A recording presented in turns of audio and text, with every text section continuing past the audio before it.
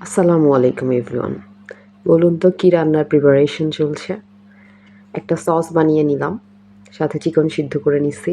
আর এখানে বলুন তো এটা কি দুটো? গাজর আর শসা। এটা গ্রেট করে নিয়ে ভালো মতো চিপে এটার যে এক্সেস পানিটা আছে এটা বের করে নিব।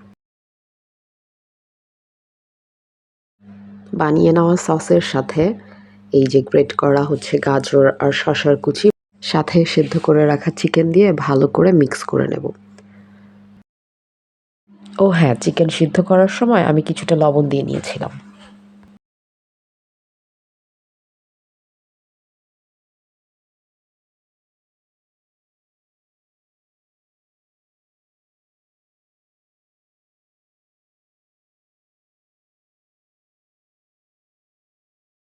আপনারা গেস করুন তো কি রান্না হচ্ছে?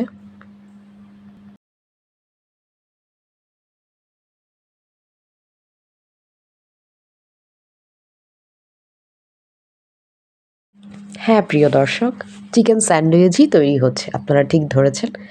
এখন আমি ২ টা ব্রেড টোস্ট করে নিয়েছি এবং এর উপরে আমার বানিয়ে রাখা যে স্টাফিং এটা দিয়ে মজা করে খেয়ে নিব। এনজয়!